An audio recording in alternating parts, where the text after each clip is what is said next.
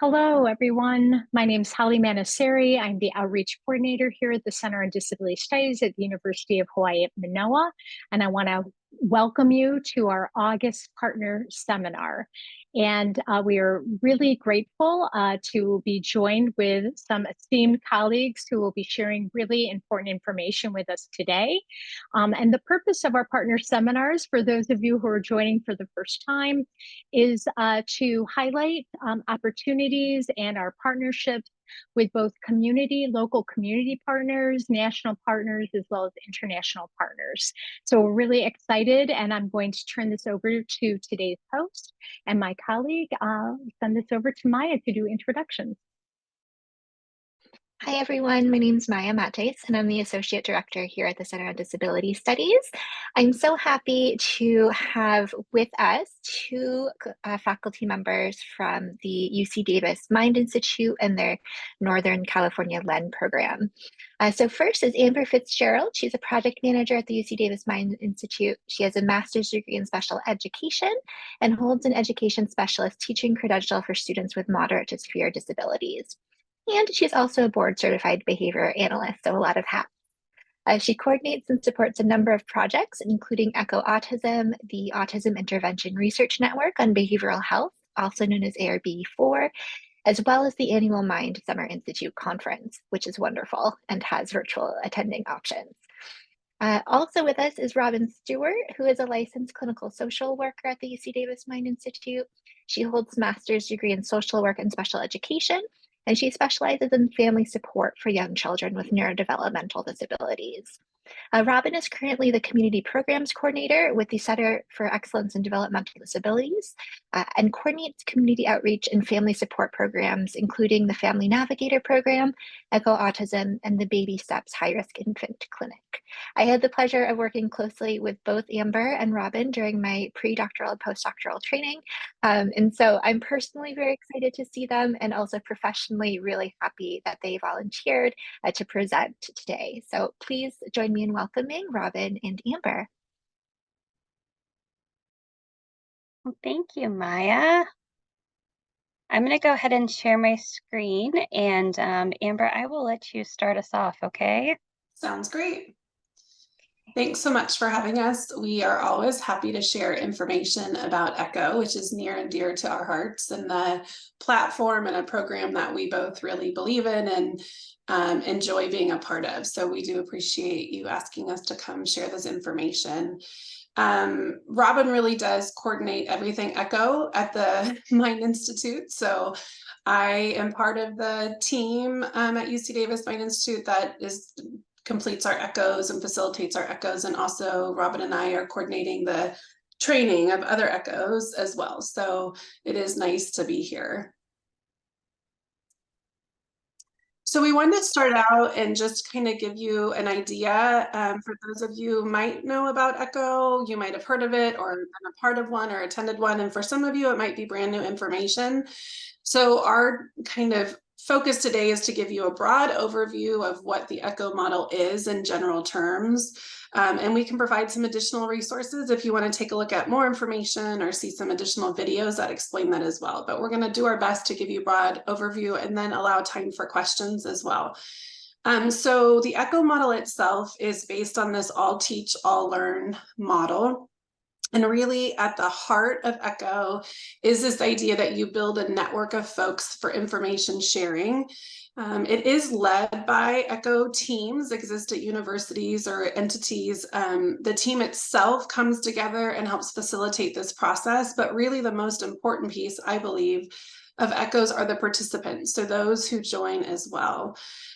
So there are really clear sessions when you have an ECHO session, and we'll go over kind of the structure of that or what that will look like a little bit. But it is the opportunity for a team to come together, share some specific information with participants, and use a case-based learning process to really kind of further our understanding, practice, and our collaboration with others. One of the benefits of ECHO is it's always done over teleconferencing, even pre-COVID. Right now, folks are really used to this, but even before that, teleconferencing was a big piece of ECHO. So the ability to connect with folks that aren't near you regionally in the same state or even in the same country as well. We have a video. We're going to share the link with you. We're not going to play it today for the sake of time, but it is a good reference for you later. So we'll make sure that we have that information. We'll share it with Maya. We can put it in the chat too. And you can take a look at that. We have some other resources as well that might be helpful for you. So ECHO started in 2003 and was really originally developed for medical providers. So it really had a medical focus and practitioners. And the idea was initially that how can we disseminate important information and provide appropriate medical care for individuals in rural communities and hard to reach communities, when a lot of the medical experts tended to be in large research institutions or large medical facilities. And so kind of this idea about with Dr. Aurora that came up with how can we share the expertise of the doctors in one institution with doctors that are working so hard in these communities. So that was in 2003. And this ECHO model really has grown pretty significantly. And now ECHO isn't just a medical model. It is used in educational platforms.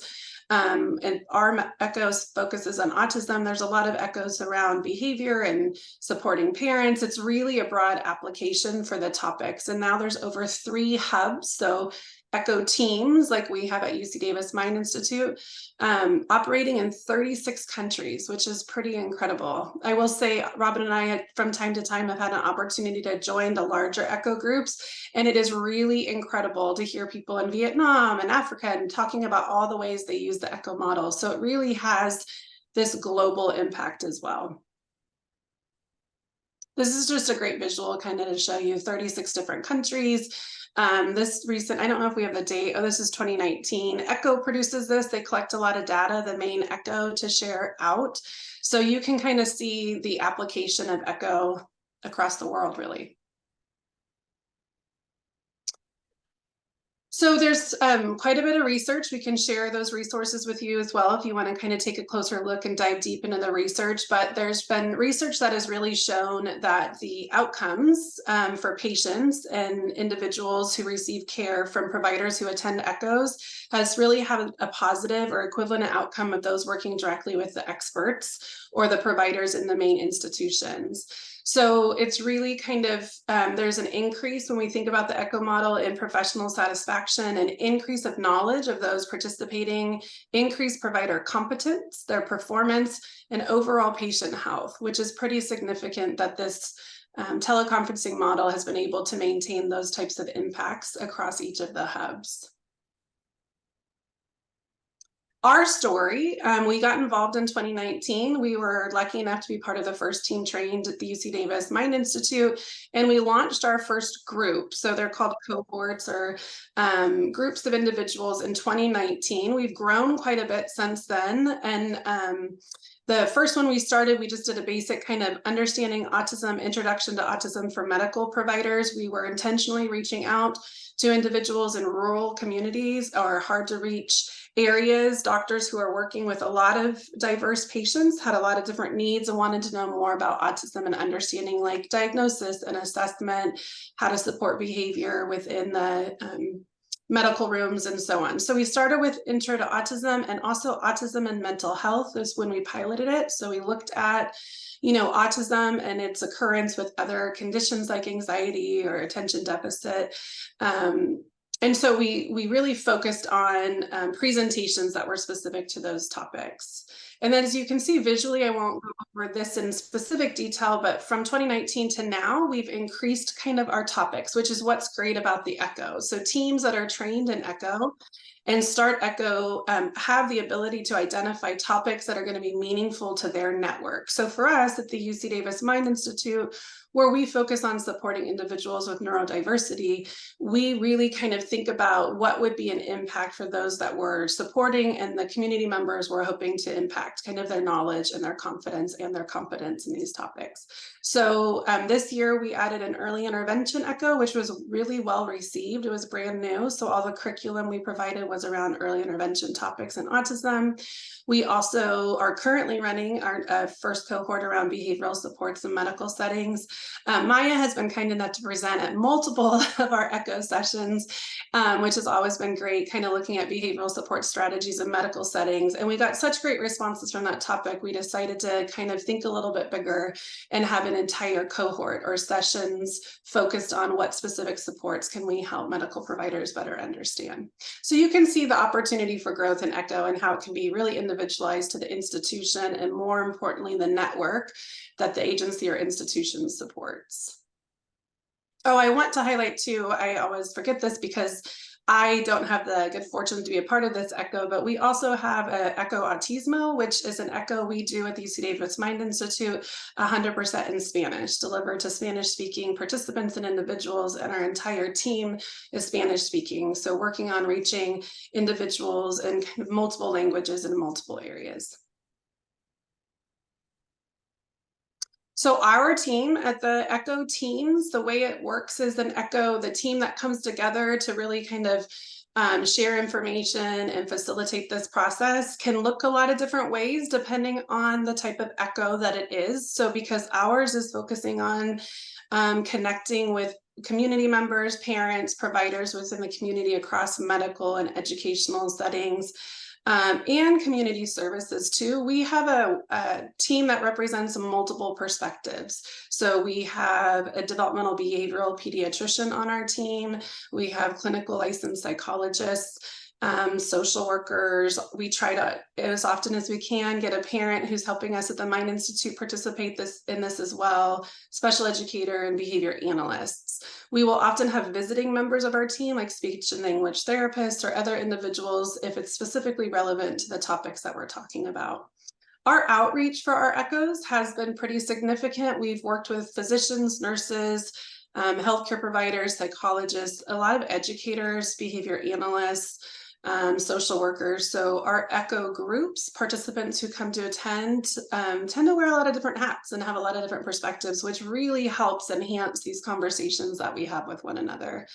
We are intentionally targeting rural and underserved areas in Northern California and beyond. We've had attendance too from folks outside of the United States who were part of our initial pilot ECHO and have really kind of stayed with us for multiple years and will join different sessions if they find the topics interesting as well. So that's been really fun to watch, to see that outreach and who's attending and how we can grow our ECHOs. And you can see this is data that we pulled a little while back, but our reach of individuals attending in the United States and in other countries as well who've come and participated in our Mind Institute program, ECHOs. So, you know, this visual does a great job to kind of see the heart. So there's an ECHO team that comes together, and then there's participants who agree to join the sessions for ECHO. We encourage folks to come for we run cohorts, which means we have 6 sessions typically that we have people sign up for. And our hope is participants will come to every one of those 6 sessions to really build that community. But you can also run an ECHO where it's kind of open enrollment. So you aren't committing to come to the whole session or cohort. You can have folks just attend, kind of based on the topic or the interest. But a team comes together for the ECHO. We introduce everybody. We ask participants to introduce themselves in chat or in person. There's a brief presentation on a topic of interest, often called a didactic. So that usually is 15 to 20 minutes sharing information about like autism and diagnosis or behavior support strategies within the patient's room, a variety of different topics based on what we're choosing to train on for that session. And then we have one of our participants share a case presentation that we've viewed ahead of time as the ECHO team. That's about 7 minutes of the ECHO. We have a structure to that. So your participant goes through that case scenario and shares information. And then we open it up for questions from our participants. We ask folks to ask the case presenter questions, and then our ECHO team asks questions. And then we wrap up with recommendations or considerations. So it's really a systematic, structured process to build training and development. So we're really working on a community practice in the ECHO world. You'll hear this a lot. So our whole goal in ECHO was started to really build a community of practice through our conversations, through collaboration, through coming together and learning through case-based experiences that we hope our hub team shares information and knowledge to the participants. And then those participants leave the ECHO and go and share it out with their clinics and their partners and their colleagues and the families and the children and the individuals they serve. So the idea is it's really this ripple effect coming from a one team working with participants, all over communities, and then they go and work with the individuals they're supporting. And ultimately, the goal is to build a high level community of practice. I kind of hit on several of these, but there are several guiding principles of the ECHO community. What makes ECHO really ECHO is following their specific process and structure, and really at the heart sticking to what are those guiding principles to build your community. And really the coming together, collaboration, it's a partnership, mutual respect, really a commitment to listen and learn, to improve our own skill sets, to hear from others with different perspectives. We use a lot of specific motivational interviewing techniques in our ECHOs and positive communication to really facilitate open and safe discussion within the ECHO setting itself.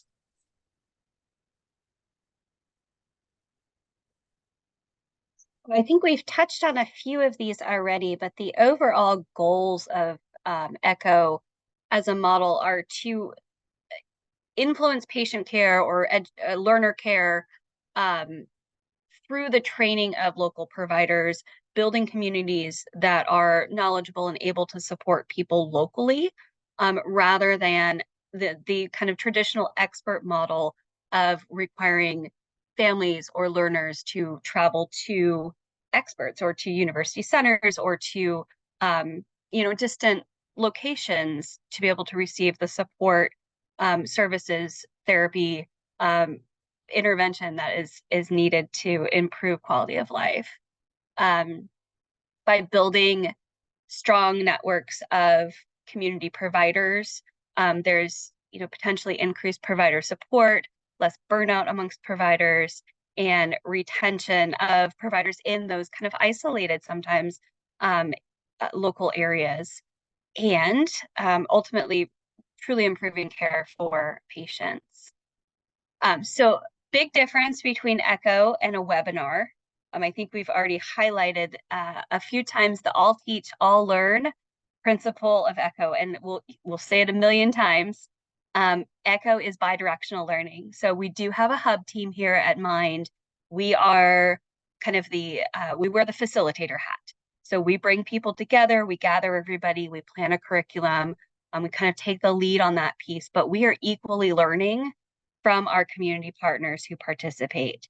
And through this, we have made amazing connections with community providers, with various educators out in the community. We have a whole network of folks who join our ECHOs regularly across the state, and that trickles down not only to patient care here at the Mind Institute at UC Davis, but also out into the community where we can partner and connect with each other because we have those existing relationships.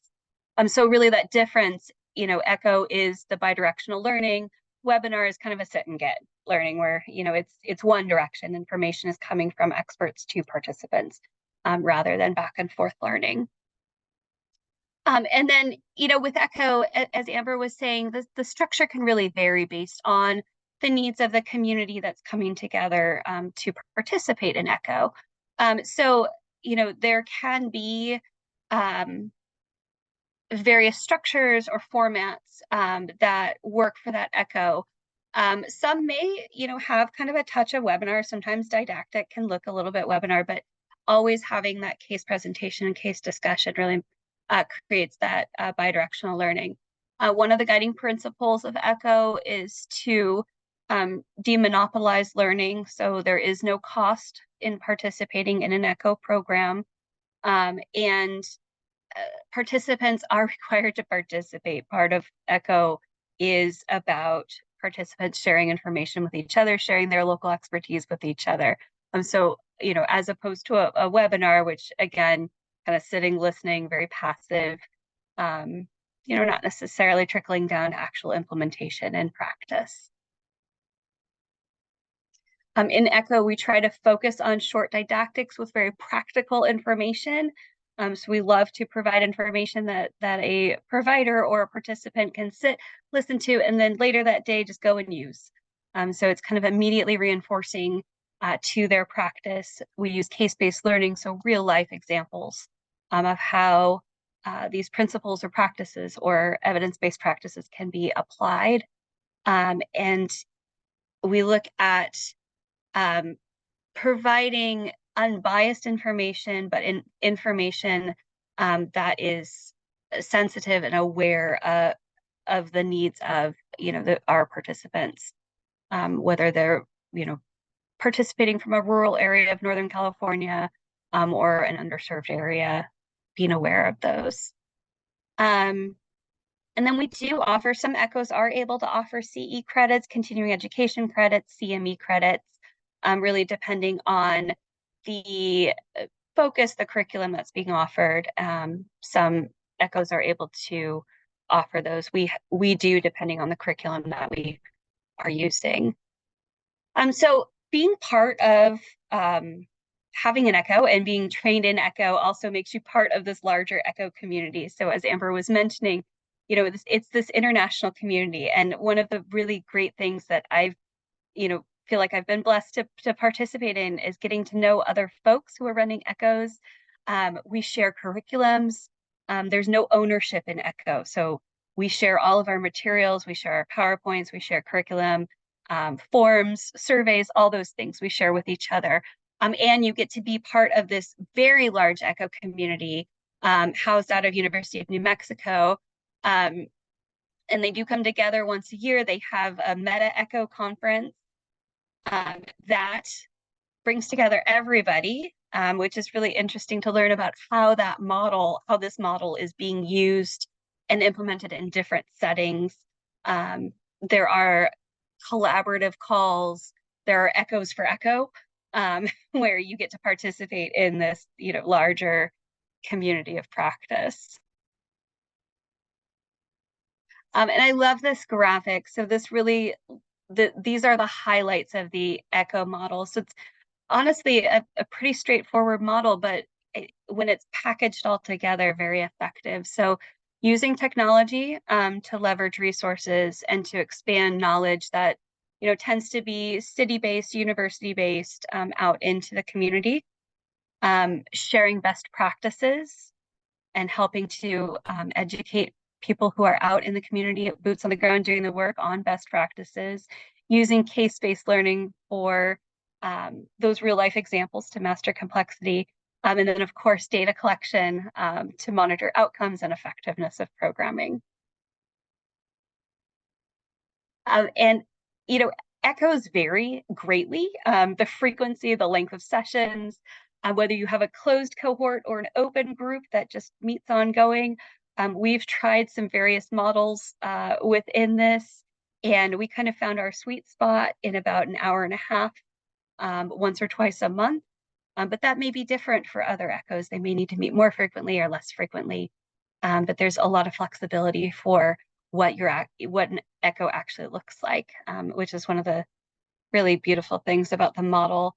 And I think we already hit on most of these, but some of the benefits, professional development, again, building that community of practice with colleagues, meeting each other, kind of reducing some isolation, and then access to kind of closer access to specialty care. So we thought we would just share some of our secrets, things that have worked for us in success. And Amber, I would invite you to jump in on any of these as well. But, we have found just with any group, just as with any group, clearly defining roles and responsibilities for team members has really helped us to be successful. So everybody knows what their job is. And I would add to this, as we have grown as an ECHO, we're kind of able to fill in for each other because we have had those clearly defined roles. We have regular communication with our participants, regular emails that go out. Amber, any of these you want to highlight? I think one of, and I'm not sure if we've listed it there, but you know, like any good research or good program, or when you're implementing anything, fidelity to the model is really important. So that, you know, implementing ECHO the way it's written, intended, and what we were trained in. And I feel like with anything, you can get drift, right? The longer you do something or you add new team members. So really being intentional as a team that we monitor how well we implement the ECHO model. And there is a specific checklist that we use to do that, that ECHO provided. And then we added some specific things that we noticed sometimes either we pass over or forgotten. And so it's really that, I feel like, was a secret to success. Like, hey, how are we doing? Are we running our ECHOs the way they're intended to be? And if not, how do we help one another do that? And how do we remember that? So I feel like that has also been one of our keys to continuing to build while we grow and build. Maintaining fidelity to the model is so very important. So I feel like for me personally, that's been one of the things that's kind of helped us, you know, stay on track, get back on track when we have a little bit of drift. One of the other pieces here that I wanted to highlight is that we have this constant feedback loop from our participants. So we're always adapting as we go. And, you know, there have been times that we have been in the middle of a curriculum, and based on our participant feedback from surveys, you know, we've kind of shifted directions a little bit. And, you know, we're really fortunate here to have the LEND program at UC Davis Mind Institute as well. And we've been able to pull in LEND participants to, you know, do guest presentations or participate as well. So that's been, you know, really nice to have that flexibility. Yeah, so I think I agree, Robin. You just kind of made me think of something within a team, depending on how large or small your ECHO team is. You know, participants like hearing from different folks. So I think being really mindful of who's sharing the presentation or doing those brief didactics. And when you have the ability to pull from other experts or individuals in the community who have a really strong area of study that can really speak to a topic, it's really great and helps build our community. When we have multiple people presenting and sharing, even if they're visitors for the time being, it also freshens up your ECHO a little bit. I mean, just because we might be able to present on 3 of the 5 topics doesn't mean somebody wants to hear me 3 weeks in a row, right? Presenting the information. And different perspectives are so really important and valued in the ECHO community. And so if we can model that as an ECHO team, I think that's another important piece of the ECHO.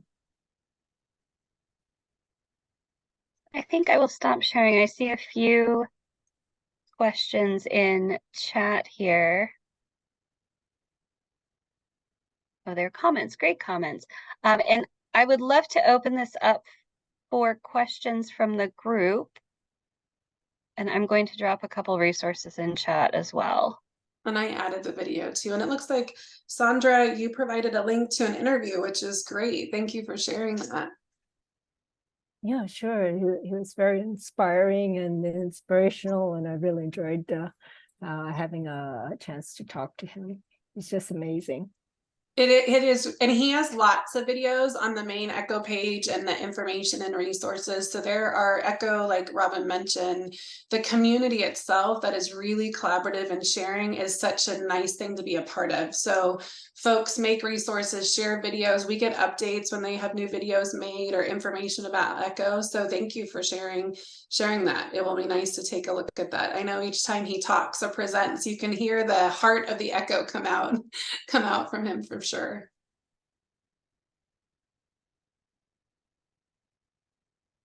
Susan, I see your hand up.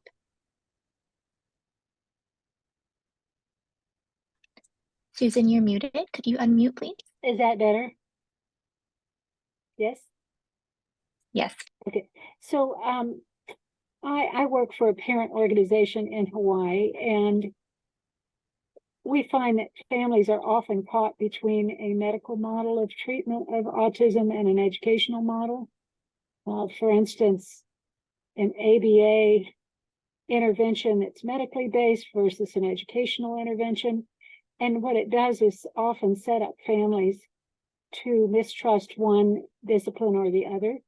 And I'm wondering, you mentioned that you have ECHO teams that include educators and medical personnel. how do you resolve that that disparity between what should be done to help the child?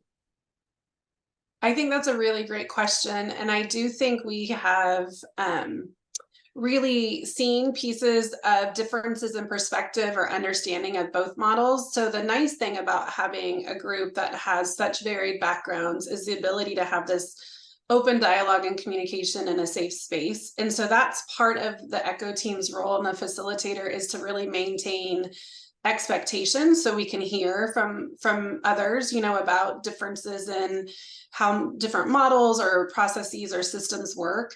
I will say we've had some specific topics in our ECHO that was especially targeting medical providers. We have a full presentation on educational systems and services for families, really working to, I think, increase the education and awareness of medical providers about the difference in models and how often a family coming into their practice might be hearing something from them, but are hearing something completely different from a school. And how can we kind of help families bridge that gap? So we do actually have curriculum that targeted several of those topics to hopefully get medical providers, you know, thinking about that and better understanding those systems. On a bigger piece, I feel like a lot of the learning happens a lot more naturally. And I'm sure Robin can jump in here. Sometimes it's through the questions or comments, and then we're supposed to use those for teaching opportunities. So if an individual makes a statement that's obviously clear to one model or another, or comes across to almost have like a merit to it, like one would be better than the other, our job as a team is really to use those comments as a piece for education, to really kind of take that comment and then expand on it a little bit to clarify and also educate in the process, which is actually what I really like about the ECHO itself. Yeah, we use a lot of phrasing, like asking a question and then saying the reason I asked that is, or I know for myself, I qualify many of the things I say, like as a social worker on the team, I am I'm curious about the family system, or, really framing things within our own perspective. And I think kind of that ability to bring a different perspective and to do it in that structured format kind of helps open the doors for that communication between disciplines. We also not related, I think, but we also almost, I feel like in every session cohort group we have some sort of presentation on partnering with families, partnering with caregivers. We do a lot of topics and discussions around how to be a partner, how to be like, what kind of listening strategies, how to support a parent while giving them information. And we adjust that based on the curriculum structure itself, but that's a really in strength-based approaches to supporting families and students and our clients is usually embedded in every one of our cohorts related to the topic. So we really focus on being partners with families and strength-based approaches. And that's just something our ECHO has decided to focus on, Susan, really to your point, because it's clear, not everyone has all the skills or strategies, and it's nice to hear from other folks how they navigate some of those experiences.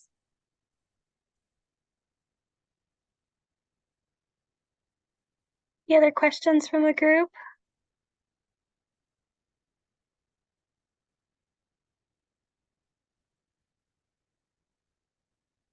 Maya? I have a question. Yeah. So you mentioned that you often have parents or family members involved in the ECHOs, and I was wondering if you could elaborate more on their role within the ECHO. And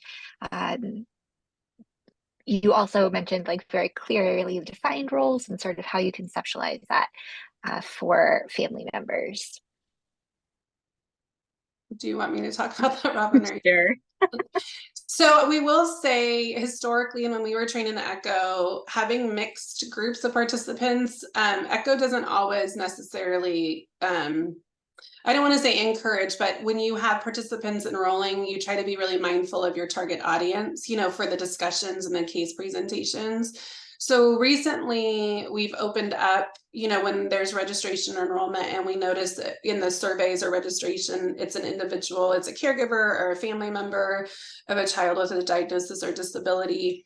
We have discussed as a team how to set clear expectations on the parents' role and participation in ECHO. So we have some verbiage around, as a participant in ECHO, this is a community. It's not coming here to get specific information about your child alone, right? Like, so 20 people in an ECHO session, we didn't want families to feel like perhaps this is an opportunity to talk about their child specifically. Confidentiality is a really big thing in ECHO. We de-identify everything. We make sure we don't know the agencies or the entities that folks are speaking from.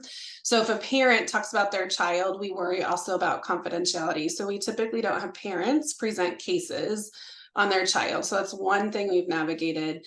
But as a parent being a participant in ECHO, we also have an introduction where we remind all participants that we have folks in the ECHO who have a variety of different roles related to autism and individuals with disabilities, and to be mindful of the language we use, the comments we make, generalizations or broad statements. And we haven't had any hiccups along the way so far, but we definitely kind of brainstorm for potential ones as well. We do have a member of our team who is both a psychologist and a parent of a child with a diagnosis. So she wears two hats and she says that up front. So it's great when she shares recommendations. Sometimes she'll share and say, so I'm going to explain from a parent experience versus from a licensed clinical psychologist. So we try to be really clear on the roles that we have and what our ideas or recommendations are coming from. Did that answer the question, Maya? Okay. If I can just add, we've also had a number of participants who identify as neurodiverse, and it's been a very enlightening, it's been such a wonderful addition to the conversation to have that firsthand perspective, that lived experience. Often they're also professionals working in the field related to whatever our current curriculum is. But it's been wonderful to have that, participation as well.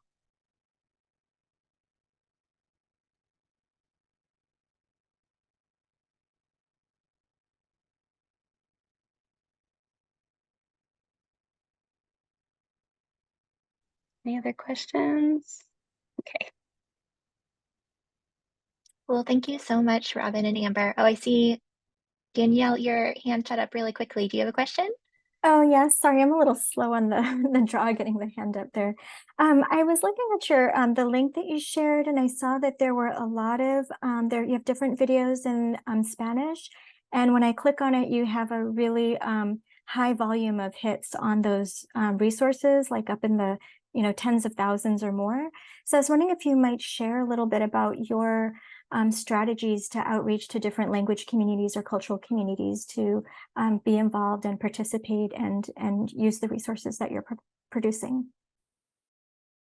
I cannot take responsibility for that. We have an amazing team here of bilingual providers who have been able to network either in countries that they've previously lived in or through universities that they previously trained at, and it's just been a beautiful network that we've been able to build, largely with time zones are always a consideration, as I'm sure you experience as well in Hawaii, but we've been able to build some ties with folks in Central America, in parts of South America, and in Mexico as well. So that's been a good portion of the networking. And then locally, we have our Northern California Spanish-speaking community is quite large, and UC Davis Mind Institute is lucky to have some Spanish-speaking family members who work here and provide supports to families in our resource center. And that, I think that network has also kind of tied together. So that's, I think that's part of the expansion or part of the reach.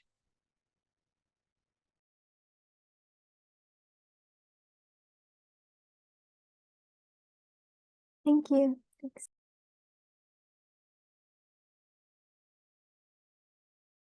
Anyone else have any questions?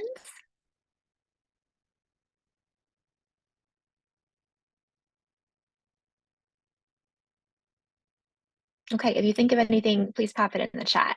I'm going to go ahead and share my screen really quickly.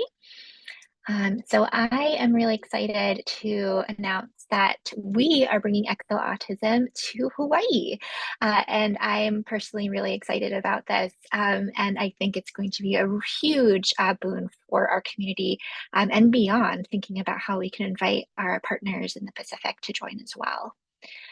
So in the next academic year, we will be getting trained by the UC Davis team in ECHO Autism in the model, and we're hoping to launch our first cohort, which will be focused on inclusive education.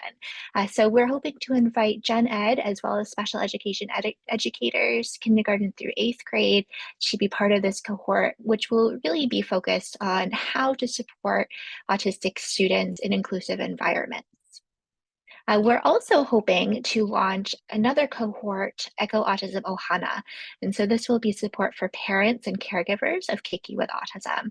And so we're really thinking that this will bridge two very distinct needs in our community, as well as capitalize on the resources that we have in-house here at the Center on Disability Studies and within the College of Education. However, looking forward, there are so many possibilities, right? So we can expand to mental health, early intervention. I would love to do a sibling focus group, also primary care, as was mentioned before. So there are a lot of possibilities and directions that we can take this. And we really welcome anyone who is interested in collaborating with us, either to create a cohort, to be involved in curriculum development, to present within a curriculum, etc. We know that LEN trainees have been very involved within other ECHO Autism programs, and so we would love to have LEN trainees involved, graduate students, etc. So we're really kind of putting a call out to see who would be interested in becoming involved in any part of the ECHO process as we develop this program. I'm going to put my contact information up here. Feel free to reach out to me at any time with questions, or if you would like to just say that you're interested and want to start a conversation, we really welcome it. And we're really excited to get this program going. Any questions about our upcoming ECHO Autism here in Hawaii?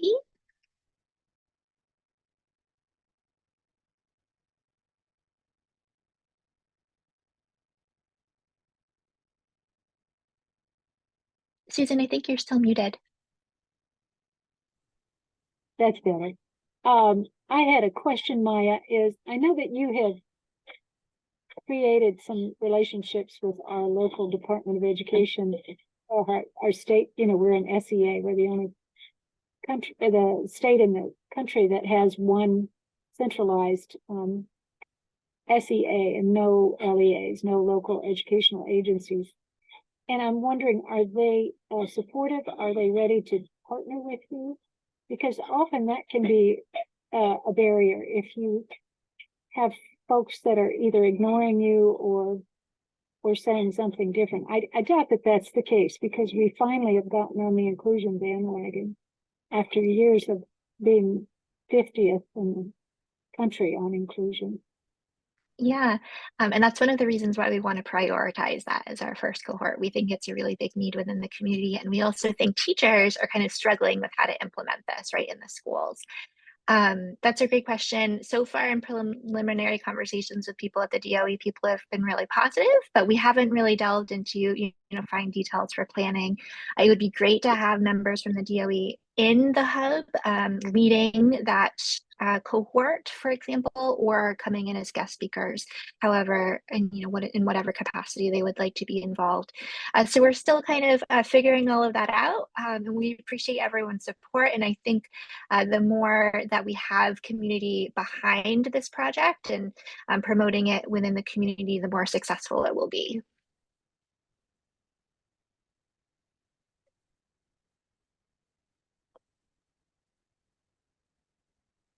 Yeah, I'm going to pop my email in the chat. So if anyone else would like to reach out, please do.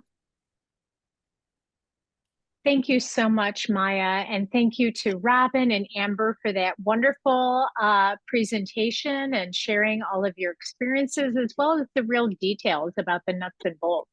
We're really, again, excited to partner. This is just one of those drum roll moments of announcing a fantastic partnership that we are launching right now. So again, thank you so much for participating. We're going to stop the recording, but we will hang out here to take any other questions or comments.